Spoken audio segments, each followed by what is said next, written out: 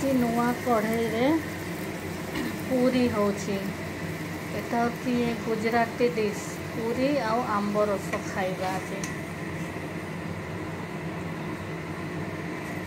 आंब कटा है आंब हम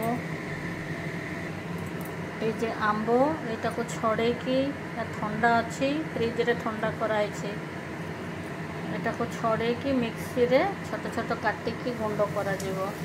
टिके चीनी दिज्व टिके अलैच दिज्व आंब रस हो आंब रस सहित ये पूरी खाइबा।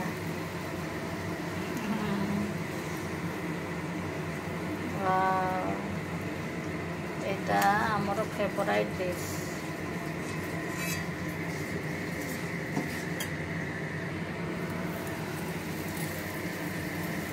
सोना रुटी भी अच्छी मु गोटे रुटी आउ दुईटा पूरी खाइबी।